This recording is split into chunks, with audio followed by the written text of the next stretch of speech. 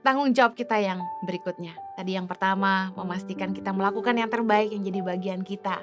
Kerja dengan sungguh-sungguh. Yang kedua, tanggung jawab kita adalah hidup dalam kebenaran supaya kita dibela Tuhan. Yang ketiga, tanggung jawab kita adalah jaga hidup atau tubuh kita kudus. Jangan hidup sembarangan. Roma 12 ayat 1. Karena itu, saudara-saudara, demi kemurahan Allah, aku menasehatkan kamu supaya kamu mempersembahkan tubuhmu sebagai persembahan yang hidup, yang kudus dan yang berkenan kepada Allah. Itu adalah ibadahmu yang sejati. Ibadah yang sejati adalah hidup kita. Bukan cuma persembahan kita, bukan cuma pelayanan kita, tapi hidup kita. Hidup kita lah ibadah kita yang sejati. Apakah kita sembarangan dengan hidup kita? Apakah kita menyia-nyiakan hidup kita? Tahukah Anda kalau kita masih bisa bangun tiap pagi? Kita harus menyadari bahwa hidup itu anugerah. Hidup itu pemberian Tuhan yang harus kita jaga. Dan firman Tuhan bilang gini, supaya kamu mempersembahkan tubuhmu sebagai persembahan yang hidup, yang kudus, dan yang berkenan kepada Allah.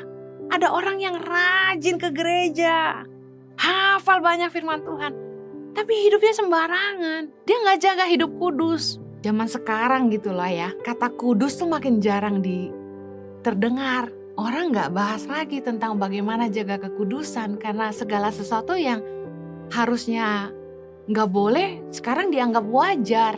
Free sex dianggap wajar.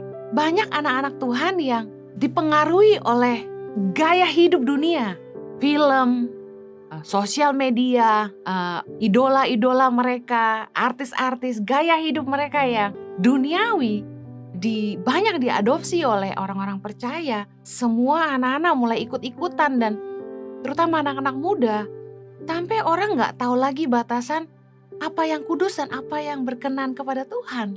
Semua dianggap biasa, semua dianggap normal, karena itu jadi standar dunia. Kita gak bisa memakai ukuran dunia jadi ukuran kita. Karena sebagai anak Tuhan kita harus hidup berbeda. Kita harus ngerti kekudusan. Kita harus memastikan hidup kita berkenan kepada Tuhan. Jangan sampai kita gak jaga kekudusan. Kita tahu bahwa dalam 1 Korintus 6 ayat 19, tubuh kita adalah bait Roh Kudus, bahwa Roh Allah yang kudus itu tinggal di dalam hidup kita. Kadang-kadang bingung ngebedain orang dunia dengan anak Tuhan karena gaya hidupnya udah nggak beda. 1 Petrus 1 ayat 15 berkata gini, tetapi hendaklah kamu menjadi kudus di dalam seluruh hidupmu, sama seperti Dia yang kudus, yang telah memanggil kamu.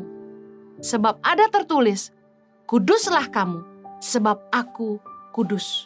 Kita harus mengerti bahwa Tuhan mau kita jaga hidup kita kudus. Kita gak bisa pacaran seperti orang dunia. Ada batasan-batasan yang harusnya kita gak langgar.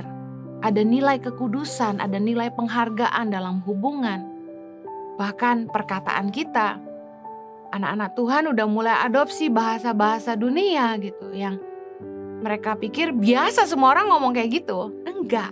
Kita mesti mengajarkan nilai-nilai kekudusan kepada anak-anak kita. Ada hal-hal yang kita gak boleh kompromi. Saya tegas sama anak saya, gak ada ya cowok ke kamar cewek bikin macem-macem, gak ada ya. Mama gak mau satu hari kalian udah kuliah nanti jauh sama mama, pacaran ke kamar, gak ada. Kamu mau dating sama siapa, kamu harus jaga hidup kamu, memastikan orang yang kamu dating itu juga seiman, takut akan Tuhan. Kita gampang aja lihat orang itu ngerti kekudusan atau enggak. Lihat dia sopan apa enggak. Dia ngerti batasan atau enggak. Karena orang yang bisa menghargai kita, mereka jaga kekudusan sampai nikah, itu orang-orang yang takut akan Tuhan.